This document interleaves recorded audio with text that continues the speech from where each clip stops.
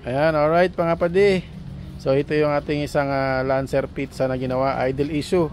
Issue niya yung usual issue ng mga Lancer mga boss. Yung nagda-drop ang idle pa nag-i-aircon. Ngayon, history kasi nito mga padi. Dinala to ni Bossing sa Evangelista. Tsaka may mga pinatingnan na rin siguro siya sa ibang pero hindi nagawa po yung problema So ginawa, binaypass kung ano yung ginawa. And then yun nga, ending, sabi ni boss, dito na ni boss dadalhin. And upon inspection nga, kaya talaga hindi nila mapagana yung IACB kasi yung lumang IACB niya shorted and yung kanyang ECU ay tinamaan din. So yun nga, basta alam nyo naman mga padi, pag mga pizza GSR model, talagang common na nangyayari na pag nasira yung IACB nyo, sa pulang ang ECU. Yan. So ngayon ito mga padi, ito nagkabit kami ng Japan Surplus na throttle body assembly. Yan, kasi wala tayo nakukuha talagang mga IACB lang mga padi. Napakahirap. So usually buuhan talagang throttle body Ayan, so testing tayo mga padi. Yan natin. Alright. Sige, on, susi. Yun. Yun dapat yung hihintayin natin na tunog ng IACB. Kapag good ang IACB at good ang ating ECU mga padi. Yan. Yan, so kabit muna natin yung map sensor. Yan, tapos kapag testing na tayo mga padi. Yan. So basta yun ang yun ang tunog ng working na IACB. Marinig niyo parang ano ba tawag sa tunog na yun?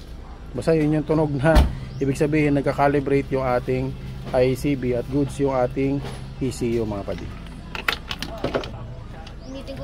Ayan, ito na po yung ating map sensor, nakabit na natin. Ayan sir. Ayan. Cold start siya. Ayan na, dahan-dahan bumaba yung idle natin mga padi. Ayan. Ayan, steering assist Ayan, yung parang higop ng hangin sa nag-i-steer. Ayos.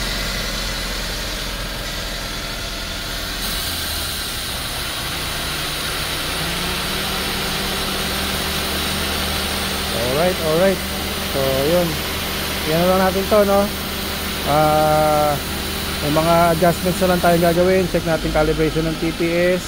Tapos, yun. And then, observe natin yung magiging performance ng ating IACB, yung ECU. And then, once okay na to mga padi, good to go na siya and ready for release na ulit. So, ito ngayon, mga padi. Ayan, pinapainit-init pa natin itong makina ni Bossing para makuha natin yung totoong reading ng kanyang RPM kasi kanina medyo mataas dahil naka cold start pa So ngayon ayan, temperature niya nasa almost half na at ang kanyang idle ay nasa mga 800. Yan. So ayan, patay aircon niya, walang aircon. Aircon natin mga padi. Aircon on. Yun. Aircon on, hindi nag-drop yung idle niya, Ayan, tapos yan unti-unting tumataas. So ngayon kasi syempre bagong kabit natin yung ECU at yung kanyang IACB. So nasa learning pa ito. Nasa learning process pa yung kanyang ECU. Mag-a-adapt pa yan once ginagamit-gamit na yung sasakyan niya mga padi. Yan. So steer natin mga padi. Yun, working na rin yung steering assist. Yan. So ayos, goods na ito.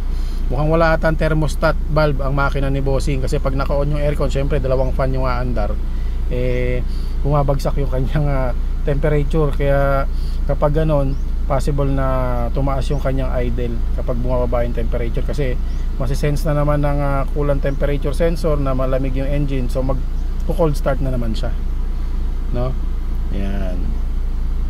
Pero yan, upon testing, goods na ito mga padi.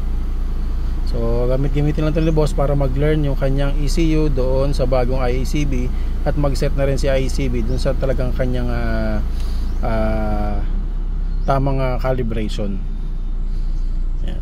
Kaya nakita nyo mga padi, nagbukas yung fan niya, bumagsak yung temperature, tumaas yung kanyang idle pag walang aircon.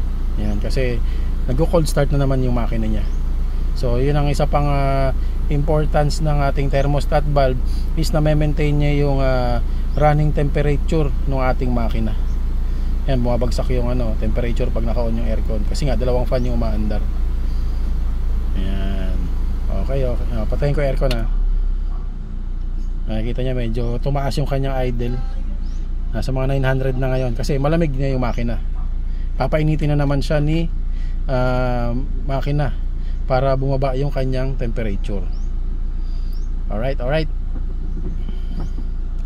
So yun mga padi, basta tatandaan nyo mga padi sa ganitong model, no, sa mga pizza model, marami kasi nagtatanong sa amin at gusto purchase ng throttle body assembly, no.